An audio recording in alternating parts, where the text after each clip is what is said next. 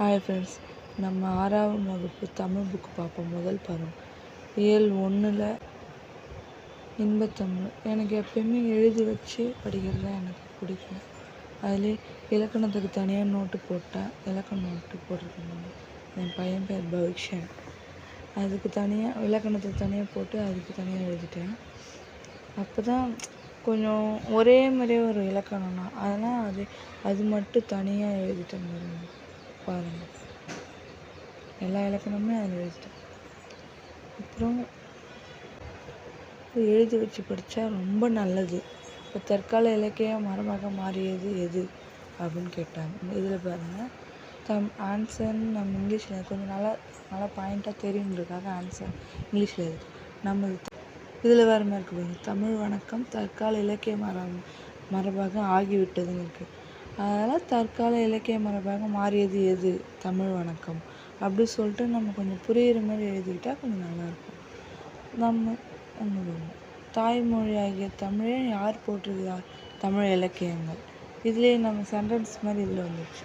அடுத்தது சொல்லும் பொருள். அதையும் எடுத்து அழகாக லைன் பை லைனாக எழுதிக்கோங்க. அது ஈஸியாக இருக்கும். படிக்கிறதுக்கு எது ஈஸியாக இருக்கோ அந்த மாதிரி எழுதணும்.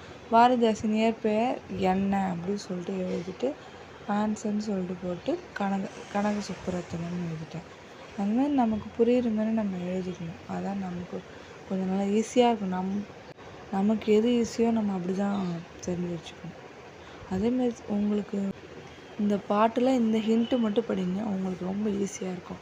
கசக்கும் புளிக்கும், இது புக்கில் தமிழை உயர்வனுக்கு கசக்கும் புளிக்கும் இனிக்கும் அப்படின்னு இருந்துச்சுன்னா ஆனந்தத்தில் நம்ம எவ்வளோ இதுவாக இருந்தாலும் கசக்கும் புளிக்கும் இனிக்கும் அப்படி சொல்லி கசப்பு புளிப்பு அப்படின்றத ஞாபகம் வச்சுக்கோங்க. ஆனந்தம் இந்தமாதிரி ஹிண்ட்லாம் யார் கொடுக்குறாங்கன்றத நான் உங்களுக்கு கடைசியாக கொடுக்குறேன். நான் எதில் படித்தேன்றத உங்களுக்கு கடைசியாக சொல்கிறேன். இந்த வீடியோ கடைசியில் இதெல்லாம் உங்களுக்கு தெரியும். அதுமாதிரி எழுதி வச்சு படிங்க. இதுவும் வேறு லெவலில். இதுக்கு டிப்ஸ் வேறு லெவல். அது அந்த யூடியூப் சேனலில் நான் கடைசியாக உங்களுக்கு சொல்கிறேன். வேளாண்மை பண்ணுறவங்கன்னா உழவு பண்ணுறவங்கன்னு அர்த்தம். அவங்க களி சாப்பிட்டு வளங்க, அதனால் கழித்தொடும். மருந்து வாங்க 400 ரூபா தேவைப்படும். அன்புனாவே திருக்குறள் தொல்காப்பியம் கலைவேல் ஞாபகம் வச்சுக்கோங்க. உயிர்னா திருக்குறள் தொல்காப்பியம். இது இந்த 4 மட்டும் கொஞ்சம் மனப்பாடம் பண்ணிக்கிற மாதிரி வரும். அதுவும் கொஞ்சம் ஈஸியாக தான் இருக்கும். அரசுனா திருக்குறள். அது உழவர்னாவே நல்லவங்க தான் அப்படின்ற மாதிரி நற்றினை. பாம்பு முதலை மீன் செய் இந்த 4மே 3 வச்சுக்கோங்க. மேலே 3 இருக்குது. அது 10 ரூபா இருந்தால் தான் குறுந்தொகை. 10 ரூபா இருந்தால் தான் பாம்போடைய இது பார்க்க முடியும்.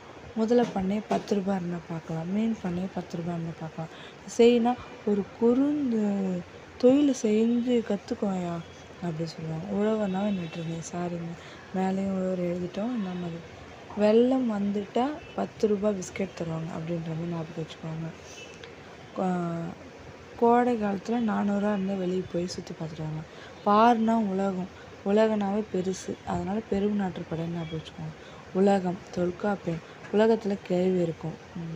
அதேமாரி ஊர் எல்லாமே அதுமாரி நிறைய நான் அந்த சேனலை பார்த்து தான் எனக்கு ரொம்ப இன்ஸ்பைர் ஆகி நான் படிக்கவே ஆரம்பிச்சேன்.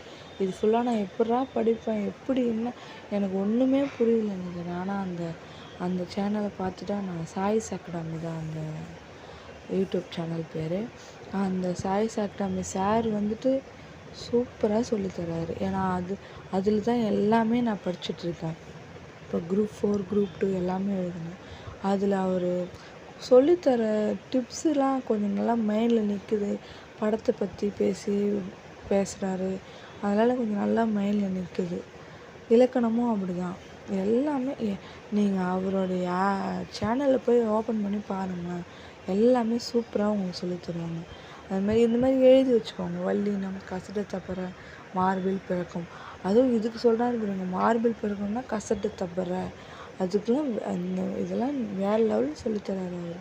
நான் அவரை பார்த்தா எனக்கு அந்த சேனல் பார்த்து தான் எனக்கு சரி படித்து நம்ம எப்படின்னா நம்ம எக்ஸாம் எழுதி நம்ம கிளியர் ஆகி வேலை கிடச்சிருன்றதே எனக்கு தோணுச்சு.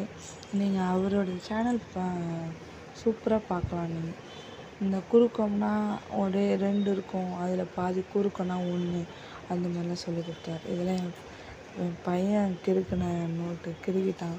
நான் எழுதுனா அவன் கிறுக்கிட்டான். அதெல்லாம் நீங்கள் நம்ம மனசு தான் காரணம் இதெல்லாம் படிக்கிறதுக்கு. இதெல்லாம் நல்லா இம்பார்ட்டன்ட் படிச்சுக்கோங்க. நம்ம படித்து முடித்து நம்ம வேலைக்கு போயிடலான்றது நம்ம கையில் தான், நம்ம மனசு தான். அதனால் அந்தமாரி நம்ம புக்கில் படித்தா இவ்வளோ பேப்பர் இருக்குது அப்படின்னு சொல்லி நினைப்போம். ஆனால் எழுதி வச்சு படிச்சிங்கன்னா, எனக்கு 6வது ஃபஸ்ட்டு டேர்மு எனக்கு ஒரு 10 பேப்பர் கூட வரல, 8 பேப்பரே என்னவோ தான் வந்தது. அதனால் நீங்கள் எழுதி வச்சு படிங்க, அதான் நல்லது. பாருங்க, இந்த கடைசியாக இருக்கிறதெல்லாம் விட்டுறாதீங்க. திருக்குறளும் நான் 6th to அவர் சொன்னதால் தான் நானும் அது படித்தேன். 6th to 8th வரைக்கும் நான் அது தனியாக எழுதி வச்சுருக்கேன். அதுக்கும் தனியாக ஒரு நோட்டில் எழுதி வச்சுருக்கேன், வேறு நோட்டில் 9th கூட எழுதி வச்சுருக்கேன். உங்களுக்கு காமிக்கிறேன் பாருங்க.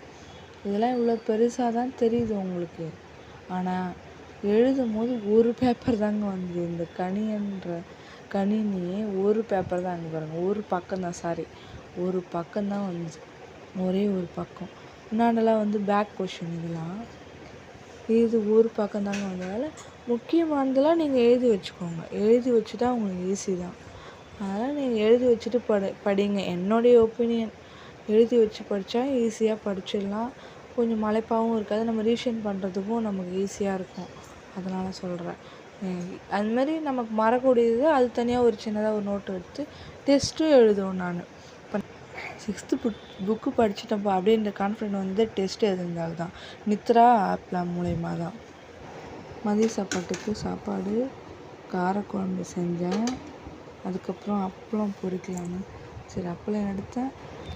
எனக்கு 2 பசங்க இருக்காங்க. ஒருத்தவனுக்கு கேழ்மாக்கு பால் எடுத்து வச்சுருந்தேன், இன்னொருத்தவனுக்கு டீ 2 தனியாக எடுத்து வச்சுட்டேன். அதுக்கப்புறம் ஜாமானும் கழுவி வச்சுட்டேன். மதிய சாப்பாடு லேட்டாக தாங்க சாப்பிட்டேன்.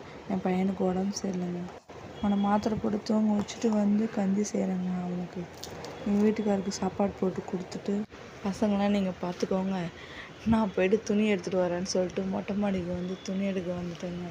துணி காலையிலே போட்டேன். இன்றைக்கி மழை வந்துடும்னு நினச்சேன், பரவாயில்ல மடித்து, நான் எப்பயுமே மடித்து எடுத்துப்பேன்.